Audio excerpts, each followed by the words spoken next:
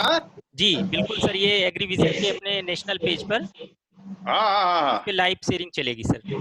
ठीक है ठीक है ठीक है ठीक है ठीक है। Live on Facebook, just a minute sir.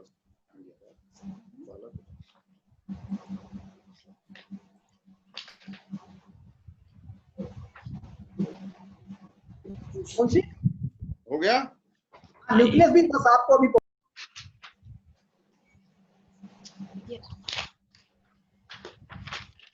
Hello. हाँ सर, मैं शुरू करूं?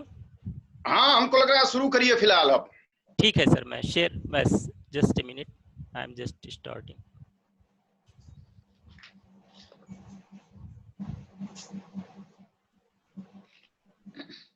Hello hello. हेलो। हाँ, मेरा और लोगों से अनुरोध है जो हमारे पार्टिसिपेंट्स हैं कि वो अपना म्यूट कर लेंगे माइक, इससे उनको बढ़िया सा सुनने में तकलीफ होगी।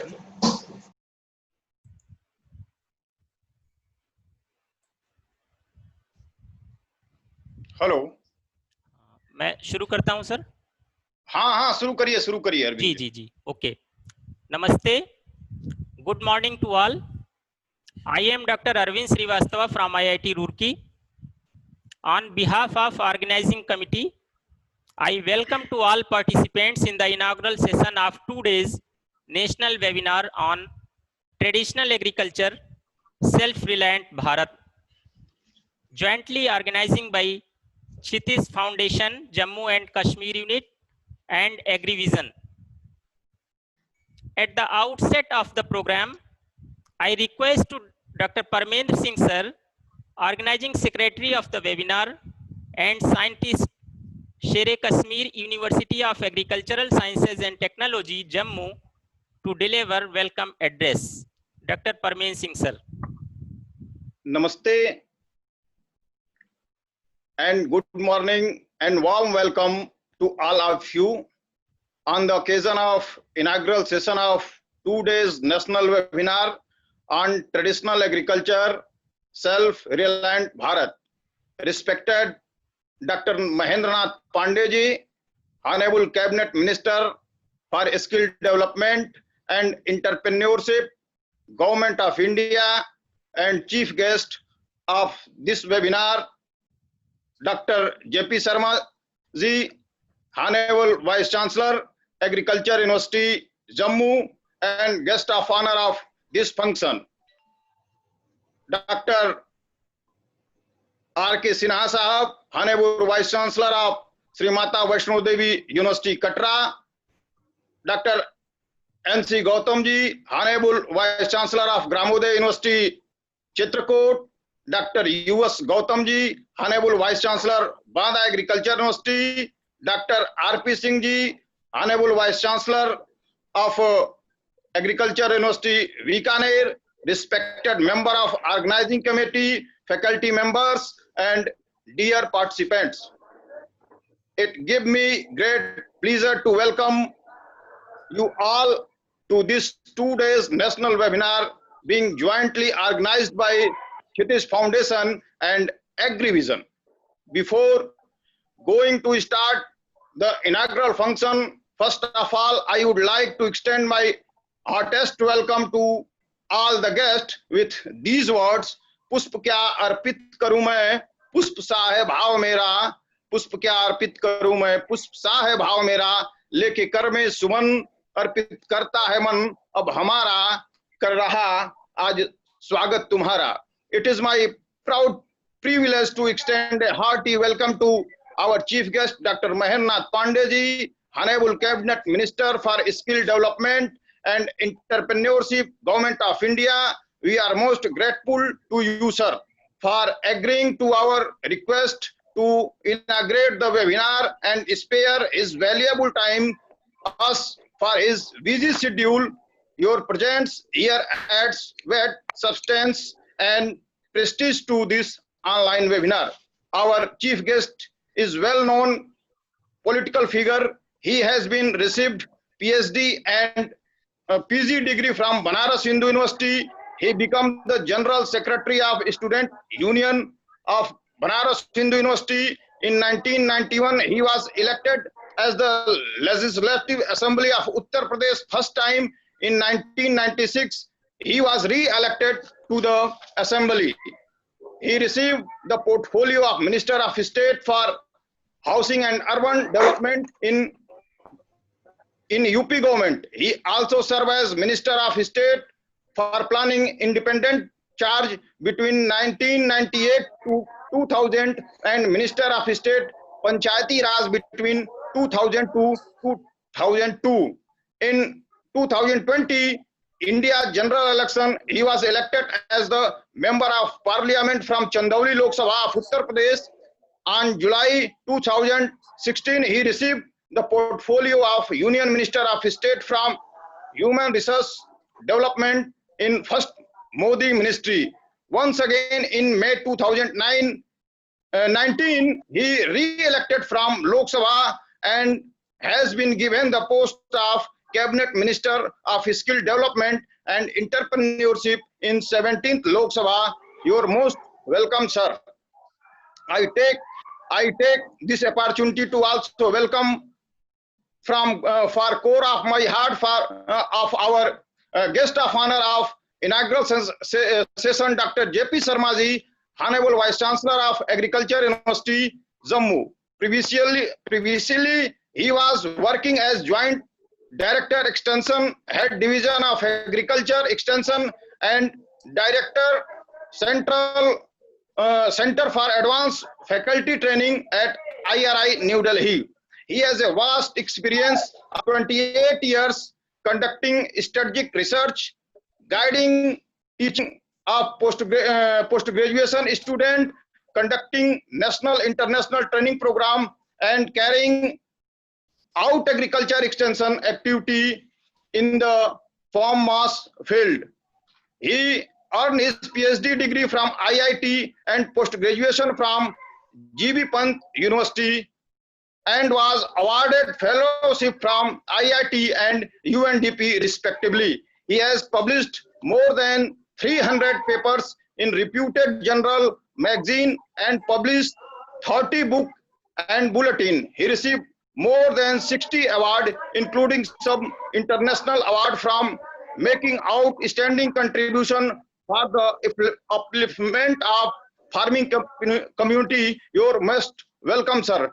I would like to warm welcome to our key speaker, Dr. N.C. Gautam, sir, Honorable Vice Chancellor of Gramoday University, Chitrakoot, Dr. U.S. Gautam, sir, Honorable Vice Chancellor of Banda Agriculture University, Dr. R.P. Singh, sir, Honorable Vice Chancellor of Agriculture University, Bikaner, and Padma Shri, Dr. R.K. Sinha Sahab, Honorable Vice Chancellor of Mata Vaishno Devi Agriculture University. The whole seminar is divided into 4 technical sessions and covering 8 themes. More than 3,000 participants are registered here to attend the webinar. The theme of the conference is very understood by the topic of the webinar, that is traditional agriculture and self-reliant Bharat, Atmanirbhar Bharat.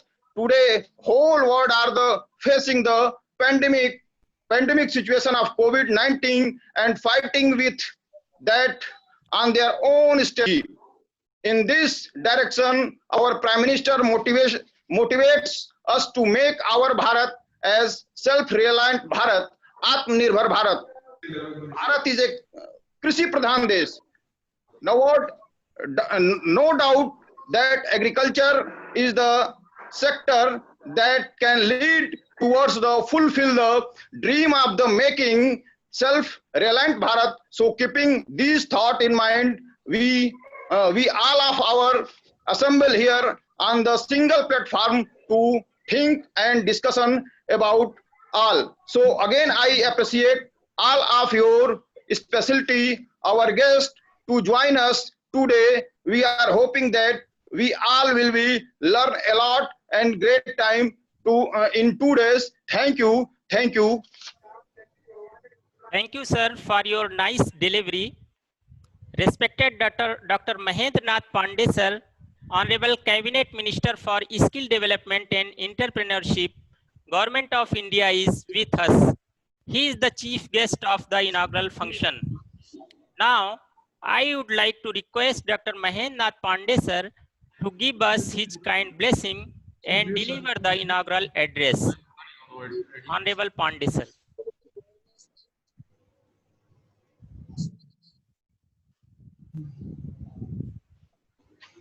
आज के इस क्षितिज foundation Jammu और अपनी कश्मीरी इकाई तथा एग्रीविजन द्वारा एग्रीविजन के संयुक्त पहल पर ये वेबिनार आपने आयोजित किया है। इस 2 दिवसीय वेबिनार के शुभारंभ के मौके पर यहाँ उपस्थित participant doctor JP Sharma ji, कुलपति कृषि विश्वविद्यालय जम्मू,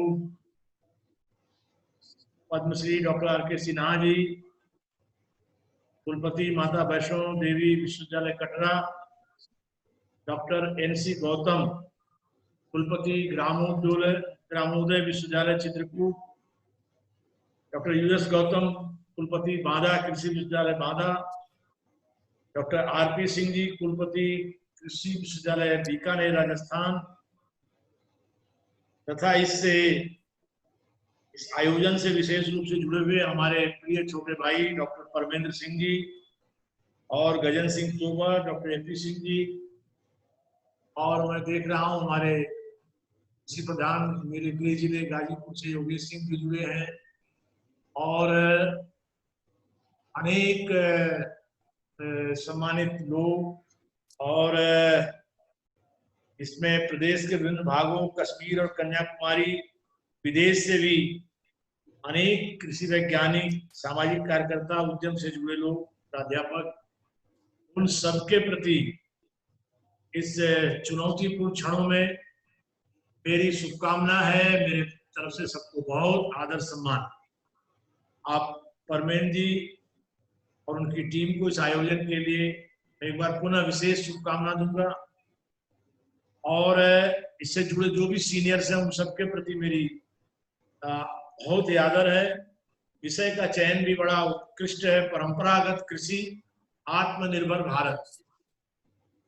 आज इस विषय का महत्व अपने आप में बहुत ही बढ़ जाता है। जब जो चुनौती आई है और उस चुनौती में भारतीय परंपराओं की चीजें स्वतः प्रयोग में लाई जा रही है, भारत में नहीं विश्व में भी। जब भारत की परंपरा नमस्ते आज विश्व में स्वाभाविक रूप से लोग ग्रहण कर रहे हैं, हाथ मिलाने से बचाव, क्योंकि वही बचाव है, नमस्ते ही इसमें सामाजिक जुड़ाव को भी कायम रख रहा है, बचाव का भी संरक्षण दे रहा है। ऐसे ही हमारी परंपराएं पुरानी परंपरा थी। कोई भी यात्री कोई भी दूर से यात्रा करके अपने गांव में आता था तो पहला काम ही था उसका हाथ पैर धोना, और उसमें कुछ चीजें जुड़ती गई, पाँव पखारना, ये सब चीजें। लेकिन मेन उसका थीम था कि आदमी बाहर से आया है तो हाथ पैर में जो भी, आज उसकी वैज्ञानिकता अपने आप स्वतः सिद्ध हो रही है। ये भारतीय परंपरा आज विश्व में भी हो रहा है। बार बार यही अपील हो रही है कि आप बार बार हाथ धोते रहिए, आप अपने को साफ रखिए। तो ये सारी जो परंपराएं हैं वो अपने आप में आज इस कठिन क्षण में अपने आप वैज्ञानिक आधार पर स्वतः सिद्ध हो रही है। हमारे यहाँ तो कृषि को अपने आप में अन्न उत्पादन को ही जीवन का मूल आधार माना। गीता में भगवान कृष्ण ने खुद ही अन्नात् बहुत भूतानि पर्जन्यात् अन्न संभव ज्ञात बहुत पर्जन्य कर्म संभव, इससे सीधे उन्होंने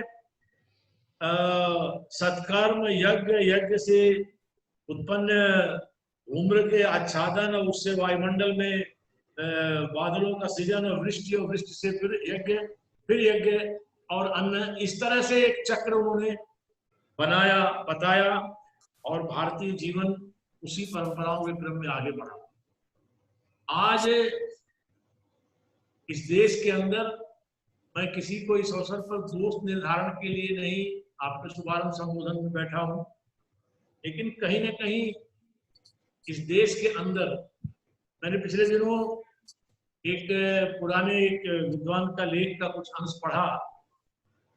उसमें इस बात पर प्रश्न उठाया गया था कि क्या वजह है कि 200 सालों तक इस देश में अंग्रेजों ने शासन किया, लेकिन अंग्रेज भारत के शहरी इलाकों पर तो अपना प्रभाव, अपना कल्चर, अपना दबाव बना पाए, लेकिन गांवों तक उनका वो रूप नहीं बना जो अंग्रेज चाहते थे कि पूरे गांव हमारी अंग्रेजियत में रंग जाए। तो लेखक लिखता है कि उसकी वजह ये थी, बड़ा स्वाभिमानी, अपने स्वावलंबन से जीने वाला ये ग्रामीण जनजीवन है। मोटा अनाज पैदा कर लेगा, 1-2 गऊ पाल लेगा और दूध रोटी खा के भी महीनों रह सकता है, और लेकिन किसी के आगे हाथ नहीं फैलाएगा। ऐसा भारतीय ग्रामीण जीवन है। इसी वजह से गांवों में अंग्रेजी गुलामी के चिन्ह और वह मानसिकता उस रूप में नहीं पहुंची। और इसका प्रतिफल किसी को देखना है तो जो भी आंदोलन आजादी के संघर्ष के हुए या सशस्त्र क्रांतिकारिता के हुए, कहीं न कहीं प्रतिशत में अगर पैमाने पर नापा जाए तो गांवों से जब लोग निकले तो आंदोलन सफल रहे। जो भी संघर्षकारी थे उनका मूल अपने गांव की तरफ, जड़ों तरफ लगाव रहा है। तो आज ये हमारे जीवन का न था। मैंने पिछले दिनों अनेक अवसरों पर इस बात को उल्लेख किया कि अपने आप में गांव एक स्वतः पूर्ण इकाई होता था। गांव अपने आप में, गांव के अंदर गांव का कृषक अपना अन्न उत्पादन के बाद अगली बुआई के लिए अपने बीज को परंपरागत, पता नहीं आप लोग मेरे शब्द को किस रूप में लेंगे, कोठिला होता था। परंपरागत ऐसे रखने वाले अलग प्रकार की कई चीजें बनती थी, इसमें अन्न खराब नहीं होता था। अपना खुद का बीज जो रख लेता था।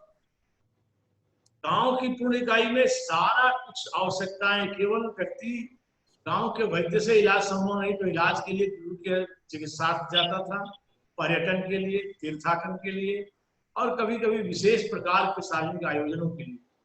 वरना हर जरूरत की चीज और बहुत कुछ हुआ तो गांव से पढ़ने के बाद 10-20 गांव का जो मेला, ठेला, हाट, बाजार है, वहां अपनी जरूरत की चीजें और उससे एक सामाजिक मिलन भी अपना होता था। ये जो कल्चर था, इसी ने इस देश के अंदर भारतीयता को बनाए रखा। लंबे कालखंड तक इसमें पश्चिमी क्षेत्रों से जो मुस्लिम लोगों का आक्रमण हुआ, कुछ आक्रमणकारी थे, कुछ इस देश में समाहित हुए, उनका सम्मान है। तो इन सब के बीच भी भारतीयता बची रही। तो इस गांव के अपने आत्मनिर्भर, स्वयं के स्वावलंबी जीवन पद्धति के आधार पर आज आपने जो यह विषय चुना है, कि आदरणीय प्रधानमंत्री जी ने हाल के दिनों में इस पर बहुत बड़ा बल दिया, आत्मनिर्भर भारत पर। और ऐसा नहीं कि कोविड के चलते ही प्रधानमंत्री जी ने इस पर बल दिया। प्रधानमंत्री जी का हर कदम ये इस दिशा में मोदी पार्ट 1 से चल रहा है। इस तरह से लोगों ने ये जो पिछले दिनों पीछे की जो सरकारों ने और 1996 में जो कृषि आयोग योजना, मुद्रा कोष, अंतर्राष्ट्रीय मुद्रा कोष योजना आयोग के लोग जो कृषि श्रमिकों को शहर की तरफ ही भेजने का क्रम बनाने लगे थे, उन परिस्थितियों से हमेशा हमारी सोच गांव की तरफ उन्मुख रही है।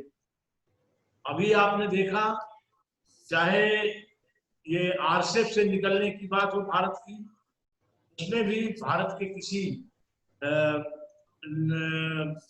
का और भारत के परंपरागत व्यवसाय का संरक्षण प्रदान करने के लिए तमाम अंतर्राष्ट्रीय दबावों से को दरकिनार करते हुए हमारी पिछली सरकार ने इसमें कदम उठाए और मोदी जी ने उस चीज को बल दिया। इसी के साथ आप देखेंगे कि आज जब ये कठिनाई खड़ी हुई तो कहीं न कहीं जड़ों की तरफ ही लोग लौटे। जो श्रमिक, जो आज तमाम कष्टप्रद बात है, मैं आपके सामने आपके माध्यम से, आप जम्मू से आप वेबिनार को शुरुआत कर रहे हैं। मेरे पास जम्मू की भी जानकारियां थोड़ी हैं, मैं पंजाब की जानकारी शेयर करूंगा, मैं तेलंगाना की जानकारी शेयर करूंगा, जहां पर लोगों ने अपने काम करने वालों को अपना बना के रखा, वहां पलायन कम हुआ। मेरे पास जानकारी है, सरकार के दाते नहीं, पंजाब के जो खेती के लिए मजदूर बिहार यूपी से जाते हैं, उनसे जो आत्मिक लगाव वहां के किसानों ने रखा कि बेटा तुम लोग आते हो मेरे फार्म हाउस पर, तुम परिश्रम करते हो, तुम यहाँ अन्न उत्पादन करते हो, तुम्हारा ही है सब कुछ, यहाँ रहो, खाओ पियो मौज करो, कहीं हड़वाओ मत। परिणाम हुआ वहां लोग रहे। ऐसे कई राज्यों में, दक्षिण के राज्यों के लोगों ने कहा नहीं आप हमारे श्रमिक, एक तरह से हमारे श्रमिक प्रतिनिधि, हमारे विकास के दूत है, आप रहे। लेकिन अनेक जगहों पर ऐसे उदाहरण आए जहां लोगों ने इस बात को दरकिनार कर दिया कि इनके पसीने से, इनके परिश्रम से इनकी अट्टालिकाएं खड़ी हैं, लेकिन महीने 2 महीने उन सबको संभालने की उन्होंने उदारता नहीं दिखाई। जिन्होंने दिखाई वहां वो मजदूर टिक गए। इससे जो पूरे देश में एक कठिनाई उत्पन्न हुई, आज हमारे आदरणीय प्रधानमंत्री जी सायंकाल 5 आज उन्होंने 11 बजे मोतिहारी के पास उन्होंने बिहार से शुरू किया है प्रधानमंत्री गरीब कल्याण रोजगार अभियान की शुरुआत किया हुआ, अभी वो क्रम जारी है। आपका वेबिनार था, इस नाते से मैं यहाँ हूँ, उसको शाम को हम सबको उनका मार्गदर्शन पुनः मिलेगा।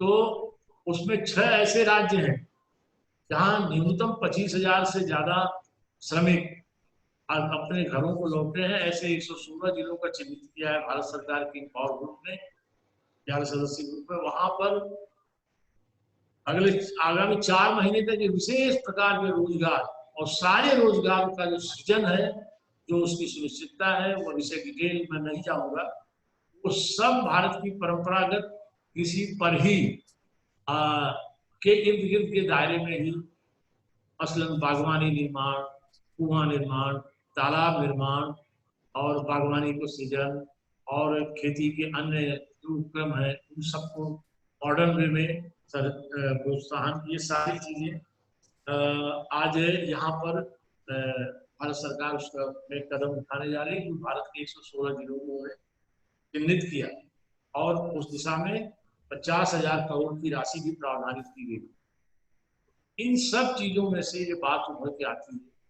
कि आज परंपरागत कृषि और आत्मनिर्भर, इन दोनों अभियान को कैसे आज की कृषि शताब्दी के परिप्रेक्ष्य में लेना है। और इस दृष्टि से हम आप जब विचार करेंगे तो बहुत कहीं परेशान होने की जरूरत नहीं है।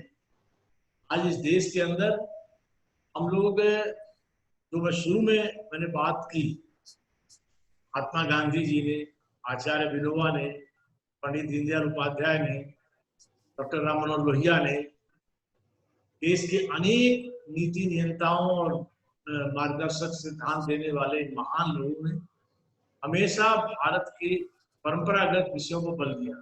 लेकिन कहीं न कहीं दुनिया को कोई उसमें दोष नहीं था। मैं ऐसा नहीं कहूंगा कि सारा कुछ उसमें दोष ही था, लेकिन दुनिया की चकाचौंध में बराबरी करने की तुलना में हम लोग औद्योगिकीकरण की तरफ बढ़े।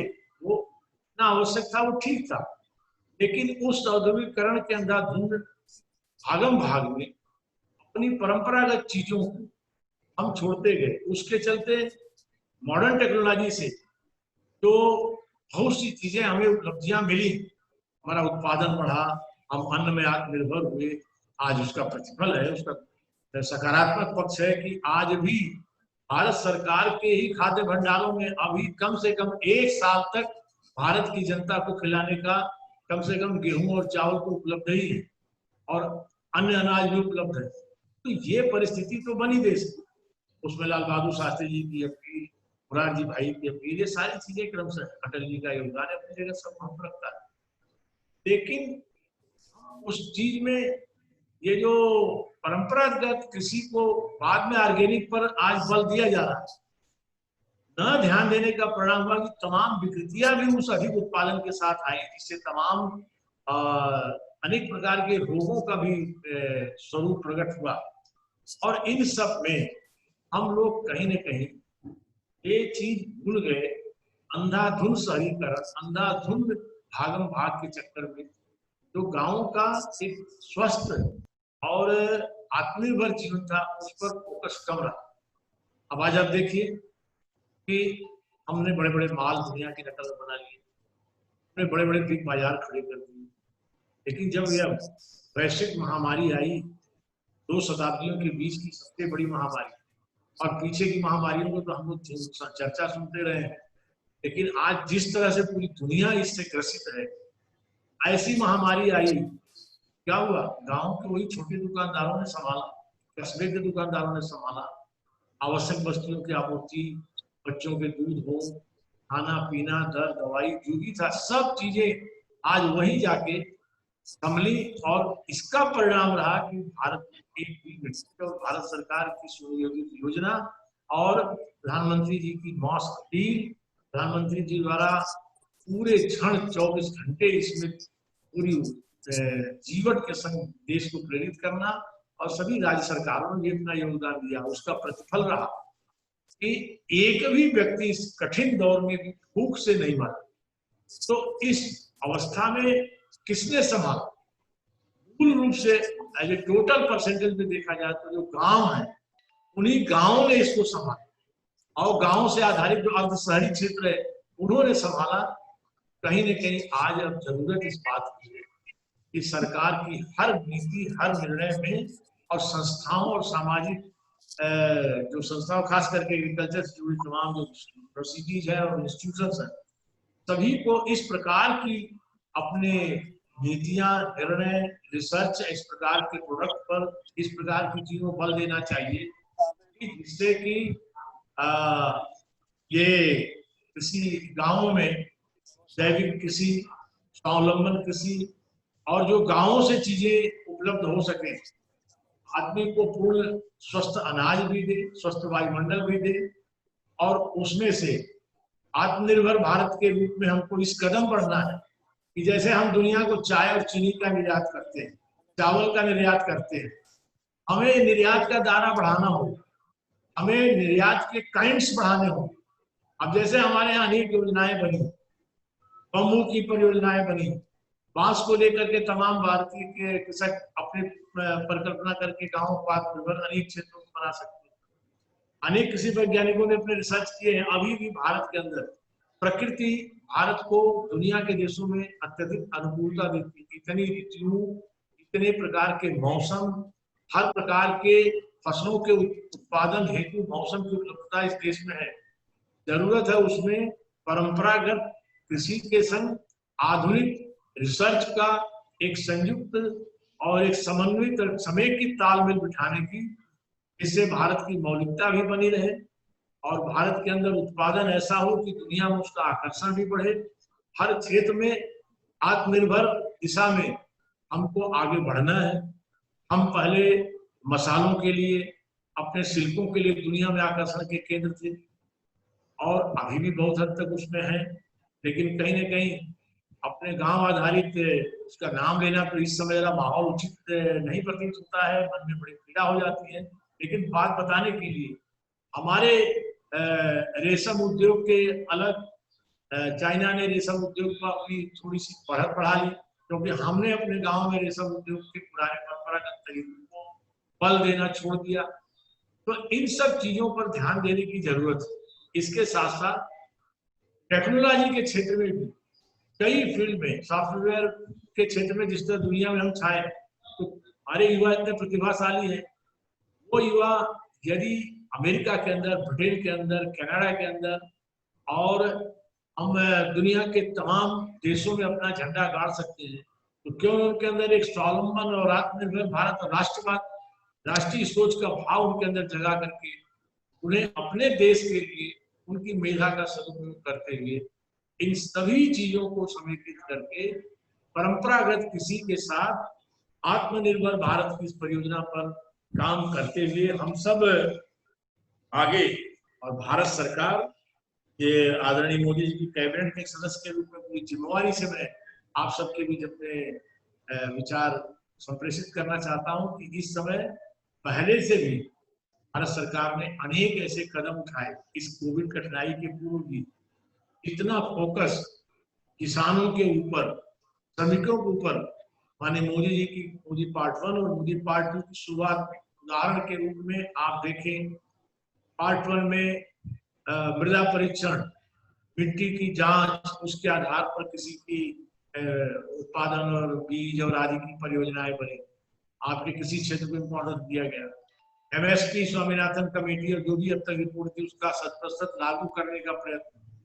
अभी हाल के दिनों में, पिछली सरकार के दौरान किसान सम्मान निधि देकर के किसानों को एक इंसेंटिव देने का प्रयास, और इस बार सरकार बनने के दिन पहली कैबिनेट में ही देश के सभी किसानों को किसान सम्मान निधि से जुड़ने का इतना बड़ा क्रांतिकारी कदम, और श्रमधन मांग योजना, और खुदरा गांव में ऐसे लोग गांव कस्बों में पाए जाते हैं, छोटे छोटे कारोबारी, 60 साल बाद ऐसे छोटे व्यापारियों को पेंशन योजना, ये सब कहीं न कहीं गांव के से जुड़े जीवन का आत्मनिर्भर भारत को ही बल देना।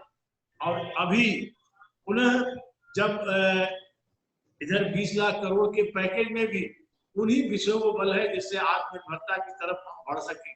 और आज बहुत आप सब वैज्ञानिकों का, कृषि वैज्ञानिकों का खासकर मैं आह्वान करूंगा, ये बड़ा अनुकूल अवसर है। आज देश की जनता एक ऐसे प्रधानमंत्री की अगुवाई में देश की सेवा में देश की जनता को अवसर उपलब्ध है। जिस प्रधानमंत्री की मास अपील का बहुत बड़ा इम्पैक्ट है। मोदी जी आज कुछ भी कहते हैं तो जनता उसको 100% भरोसे से ग्रहण करती है, उसको बड़े प्रेरक वाक्य के रूप में, मंत्र के रूप में लेती है।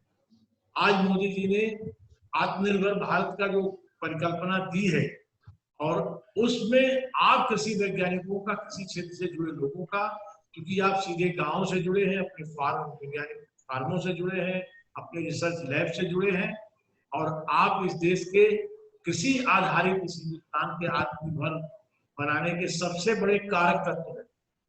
आज और एक बार पुनः दुनिया के सामने भारत की कृषि आधारित जीवन पद्धति ने साबित कर दिया है कि 130-135 करोड़ के देश ने, गांव ने एक बार पुनः भारत को संभाल लिया है। आज वक्त की जरूरत है। मैं इस परिचर्चा में अपनी बात को समापन की तरफ इस उद्घाटन सत्र में ले जाते हुए यही अपील करूंगा कि आज वक्त की जरूरत है कि गीता के उस श्लोक से मन में श्रद्धा भाव, जो यज्ञ को केंद्रित करके कृषि और जीवन चक्र का परिभाषित किया भगवान श्री कृष्ण ने, और आज के युग के अनुसार परंपरागत कृषि और आधुनिक टेक्नोलॉजी का ऐसा समन्वय स्थापित करने की जरूरत है कि भारत को तो आत्मनिर्भर बनाए ही, विभिन्न प्रकार की वस्तुओं से दुनिया में छा जाए। और मेरा मंत्रालय इस काम में, वो भी कृषि क्षेत्र में लोग हैं, हम लोगों ने भी हाल के दिनों में हमारे जो लगभग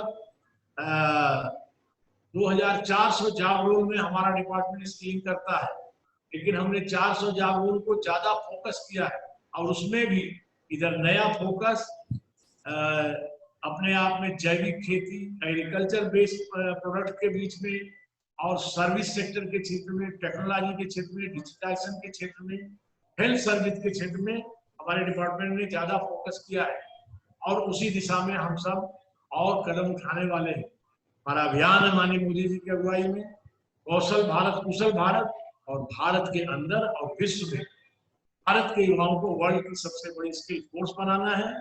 उस क्रम में भी आपके संग जुड़े हुए हैं, और हम सब मिल करके आत्मनिर्भर भारत की परिकल्पना को साकार करने के लिए परंपरागत अपनी श्रेष्ठ कृषि पद्धति की उत्कृष्टताओं को उजागर करने की, ऐसे और शोध करने की जरूरत है जिससे कि वे परंपरागत चीजें आज की जरूरतों के हिसाब से वैज्ञानिक प्रतिमानों पर खरी साबित होकर आगे आए, और उसमें आधुनिक टेक्नोलॉजी को मिलाते हुए दुनिया में छाने की जरूरत है।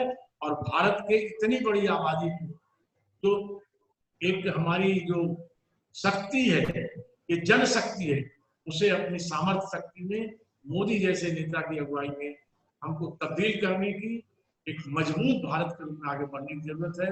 आपने ऐसे मौके पर इस महत्वपूर्ण विषय का चयन कर देश में, पूरे देश से आप जुड़े हैं आज कृषि के क्षेत्र की इस वेबिनार से, आपने कृषि क्षेत्र में उत्साह बढ़ने का बहुत ही स्तुत्य प्रयास किया है। इसके लिए मेरी तरफ से बहुत बहुत बधाई है। और एक बार पुनः वेबिनार में से जुड़े सभी को शुभकामनाएं, सभी को आदरपूर्वक नमस्कार। Thank you very much, sir, धन्यवाद for sir. sharing the valuable information in detail with us over the topic Paramparagat Krishi Atmanirbhar Bharat.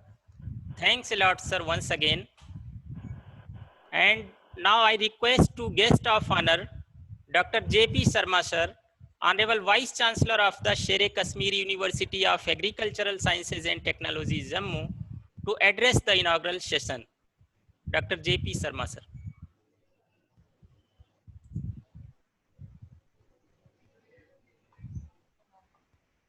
आज के मुख्य अतिथि परम आदरणीय doctor Mahendra Nath Pandey ji, cabinet minister of skill development and entrepreneurship development, कार्यक्रम के आयोजक फाउंडेशन और एग्रीविजन, इनको मैं धन्यवाद देना चाहता हूँ जो ऐसे एक विषय पर जिसकी अभी बहुत आवश्यकता है उस पर चर्चा का ये प्रस्ताव रखा है, चर्चा उस पर हो रही है।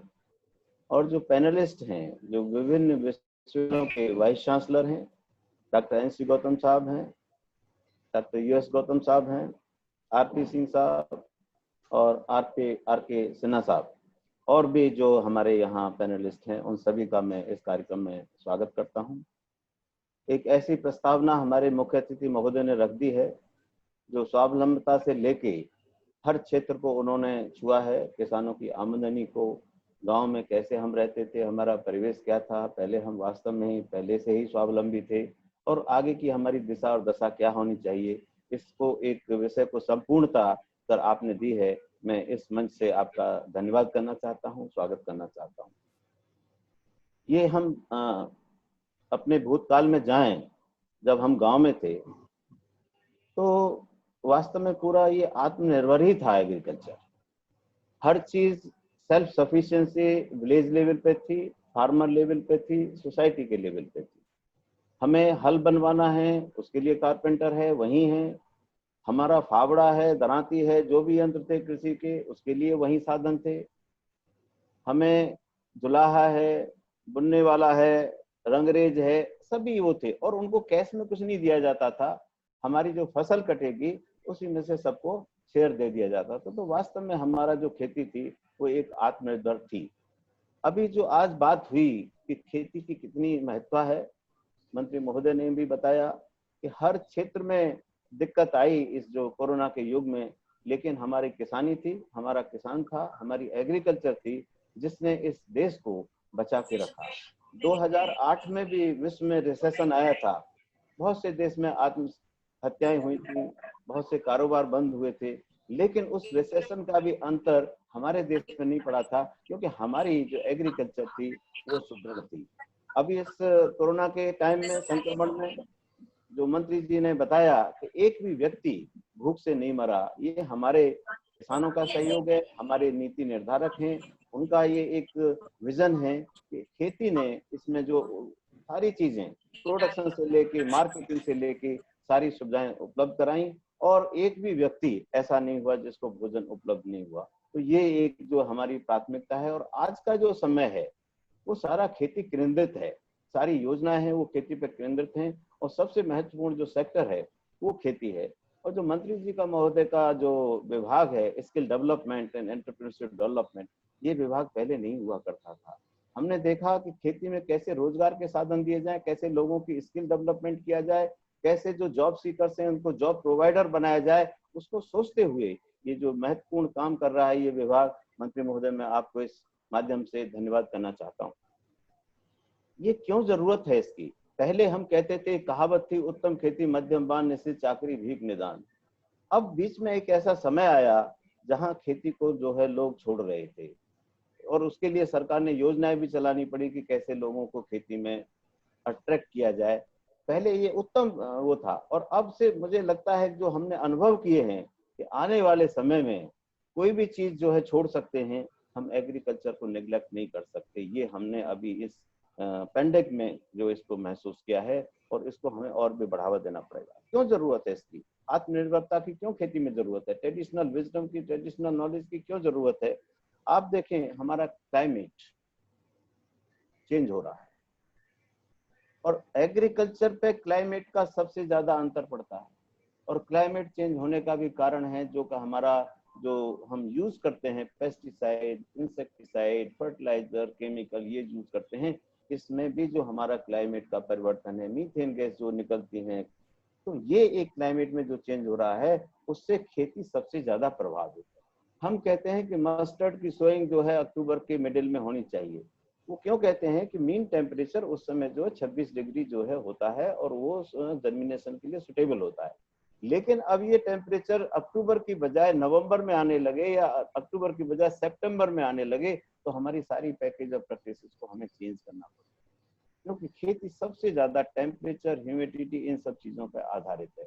और ये क्लाइमेट चेंज होने का कारण है जो हम अंधाधुंध जो फॉसिल फ्यूल्स का यूज कर रहे हैं, इंसेक्टिसाइड का यूज कर रहे हैं, पेस्टिसाइड का यूज कर रहे हैं। तो इस मत से भी हमें जो है अपने एग्रीकल्चर को ट्रेडिशनल वे में लाना पड़ेगा।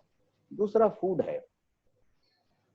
फूड हमारा इतना कंटेमिनेट हो गया है, वेजिटेबल हैं, फ्रूट्स हैं, उस पर रिकमेंडेड डोजेस से कई गुना ज्यादा हम पेस्टिसाइड और ये इंसेक्टिसाइड यूज कर रहे हैं। और सबसे ज्यादा जो नुकसान हो रहा है हमारी हेल्थ को, जो वेजिटेबल्स पर जो हम स्प्रे करते हैं। पहले भी तरीके थे, और भी बायो कंट्रोल के भी तरीके हैं, बायो फर्टिलाइजर के भी तरीके हैं। हम ये उस पर स्विच ओवर करें तो ये हमारा जो कंटेमिनेशन है फूड पे वो कम हो सकता है, और हमारी जो हेल्थ है उसमें सुधार आ सकता है। पहले कुछ मंत्री महोदय ने भी जिक्र किया, पहले जो भारत था मेडिसिनल एंड एरोमेटिक प्लांट्स में इसका नंबर 1 था, पूरे वर्ल्ड में ये नंबर 1 थे हम, चाहे गिलो हो, अश्वगंधा हो, सर्पगंधा हो, ये सारी चीजें हमारे यहाँ पैदा होती थी और इसका बहुत महत्व था। लेकिन मैं ये कहूंगा कि जो कोरोना का टाइम आया है, इसने फिर से उन चीजों की महत्ता को साबित किया है। अब हर आदमी ढूंढ रहा है गिलोय कहाँ से मिलेगी, अश्वगंधा कहाँ से मिलेगा, ये कहाँ से मिलेगी। तो हमारी जो सोच है और जो आवश्यकता है उसमें फिर से ये चेंज आया है कि हम जो हमारी ट्रेडिशनल विजडम थी उसको हम फिर से कायम करें। दूसरा क्षेत्र था जो कुछ जिनको हम मोटे अनाज कहते थे पहले, कोदो, कुटकी, मड़ुआ, सावा, चौलाई, इनको लोग पसंद नहीं करते थे। इवन ज्वार है, बाजरा है, ये निग्लेक्टेड फूड थे। लेकिन अब हमने महसूस किया है इतने समय बाद कि निग्लेक्टेड फूड नहीं, ये न्यूट्री फूड है।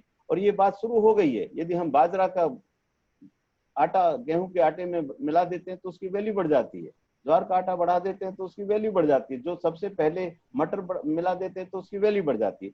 तो अब रिसर्च में भी, डेवलपमेंट में ये चेंज आ रहा है कि जो हमारी पुरानी जो फसलें थी उनको दोबारा से कैसे रिवाइव किया जाए, और हमारा रिसर्च, डेवलपमेंट और पॉलिसी में इस पर फोकस है कि उनको हमें बढ़ावा देना है। दूसरा जो ह्यूमन हेल्थ है और सॉइल की हेल्थ है।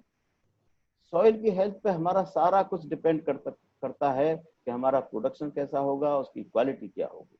हम देख रहे हैं कि ऑर्गेनिक कार्बन की मात्रा दिन पर दिन हमारे जो सॉइल है उसमें कम होती जा रही है।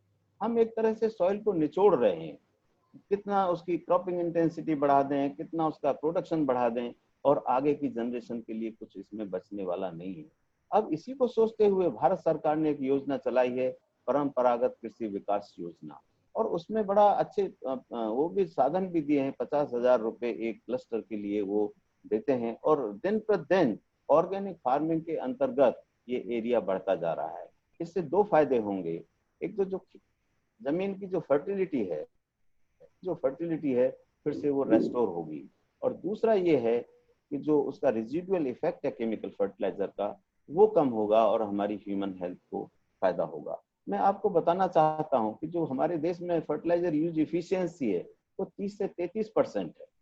और बाकी जो 70% है या 65% है, या तो वो वाष्पीकरण के जरिए आसमान में चला जाता है, वहां प्रदूषण देता है, या वाटर के जरिए वो लीच कर जाता है नीचे ग्राउंड वाटर में और उसको पोल्यूट करता है और उस पानी को जो है हम यूज करते हैं। तो ये दोनों तरफ से नुकसान करता है। एक तो कॉस्ट ऑफ कल्टीवेशन उसकी बढ़ती है और दूसरा हमारे स्वास्थ्य को नुकसान करता है।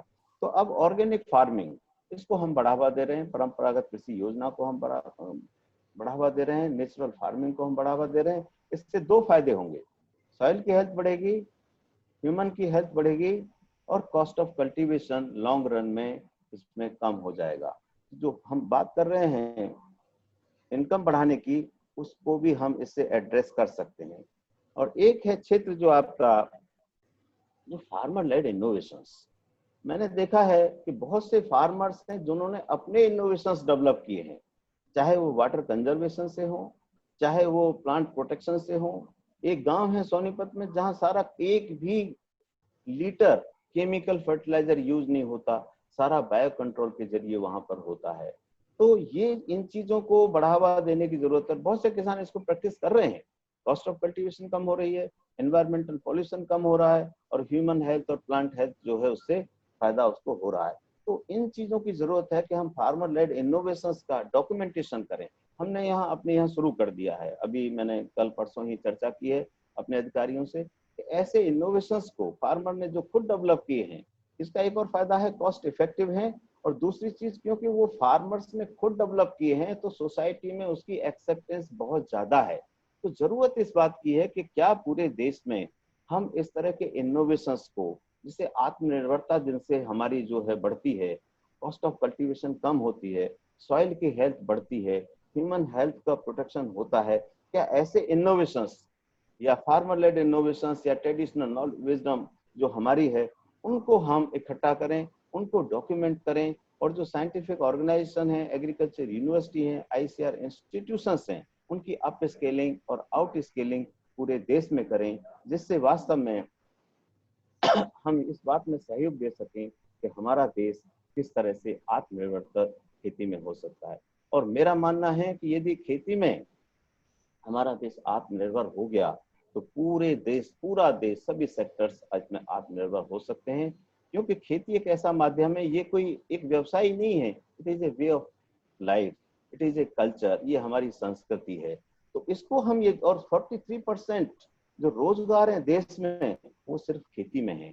17% जो देश की GDP है वो एक अकेला सेक्टर है जो एग्रीकल्चर है, और 17% भी तब है जब हम वैल्यू एडेड प्रोडक्ट्स को उसमें काउंट नहीं करते। अदरवाइज इसका बहुत बड़ा योगदान इंडियन इकोनॉमी में है, एम्प्लॉयमेंट में है, और यदि हम इसको आत्मनिर्भर बना देते हैं तो हमारा देश पूरा आत्मनिर्भर हो जाएगा। और कमिटमेंट की जरूरत है हमें। डॉक्टर महेंद्र नाथ पांडे जी जैसे जो हमारे मंत्री हैं उनका सहयोग है, हमारे जो ऊपर तक जो प्रधानमंत्री हैं उनका भी ये सब सोच है और पूरा सपोर्ट है सिस्टम को। तो मुझे लगता है कि इस आशीर्वाद से जो है हमारा देश वास्तव में ही खेती के जरिए एक दिन आत्मनिर्भर बनेगा। इन्हीं शब्दों के साथ बहुत बहुत धन्यवाद। Thank you, sir, for sharing your significant views with us. Now, the inaugural session is about to over. I invite Dr. AP Singh, sir, from Sukast, Jammu, and convener of the webinar, to express formal vote of thanks.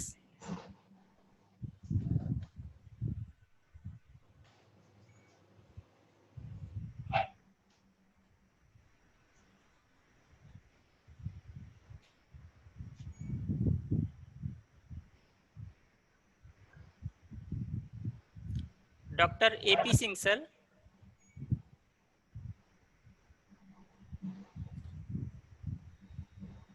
Yeah, speaking. Okay. A very good afternoon to all of you.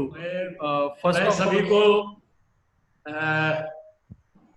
Sharma ji को, doctor JP Sharma ji को, AP Singh ji को, सारे लोगों को, परवीन जी, सभी, और जो अरविंद जी जो इसको कोऑर्डिनेट कर रहे हैं, हम आपसे इजाजत चाहते हैं। मुझे प्रधानमंत्री जी को भी सुनना है,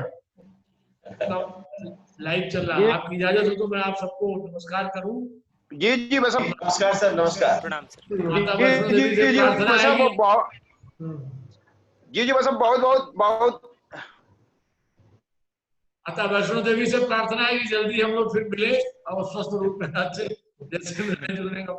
सबको नमस्कार। Thank you sir. जी नमस्ते। जी जी भाई साहब, बहुत बहुत धन्यवाद, बहुत बहुत धन्यवाद।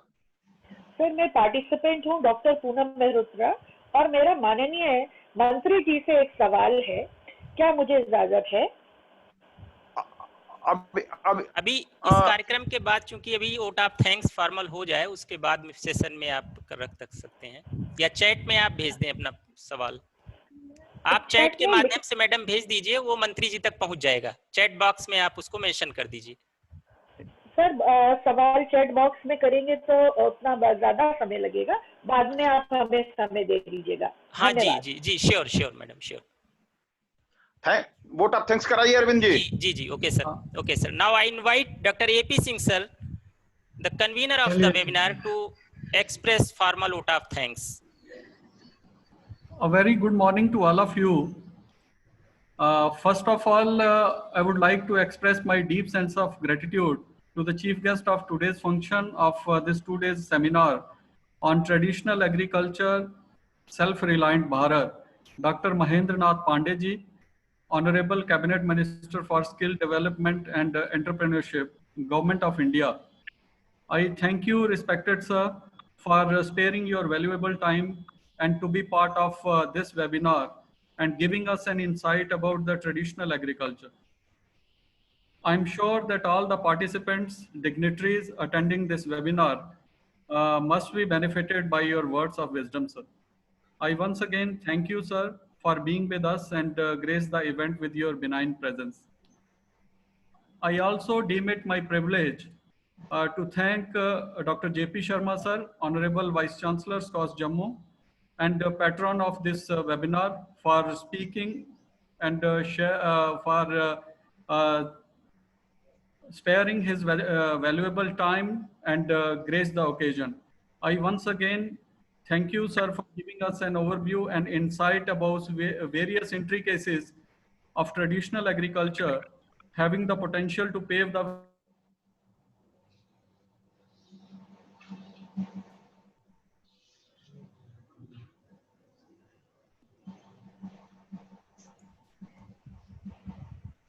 Hello hello, doctor AP Singh sir, आवाज आप तक पहुंच रही है सर? Hello, it seems that due to network problem उन्होंने शायद म्यूट में रखा है अरविंद जी। ओ, म्यूट में म्यूट हो गया है। AP सिंह साहब, आपका फोन म्यूट हो गया है। Just a minute, I am seeing. Yeah. Now AP Singh. I'm audible. हाँ, okay. Yeah. So thank you, sir, for giving us an overview and insight about various intricacies of traditional agriculture, having the potential to pave the way for Bharat to be self-reliant in food and nutritional security. Honorable sir, your gracious presence has definitely inspired all of us. Now, I would like to extend my heartfelt thanks to Dr. N.C. Gautam sir, Honorable Vice Chancellor, MG Gramodaya Vishwavidyalaya, Chitrakoot, MP, Dr. U.S. Gautam sir, Honorable Vice Chancellor, Banda University of Agriculture and Technology, Banda, Uttar Pradesh, Dr. R.P. Singh sir, Honorable Vice Chancellor, SKRAU, Bikaner, Rajasthan, Dr. N.P. Singh sir, ex-director ICR, National Institute for Abiotic Stress Management, Baramati, Shri Naresh Sarohi ji, founder, advisor, DD Kisan TV channel, for giving their kind consent to be part of this webinar. I'm sure that their benign presence will make this webinar more meaningful and fruitful. I also extend my warm thanks to Padam Shri Dr. R.K. Sinha sir, Honorable Vice Chancellor Shri Mata Vaishno Devi University.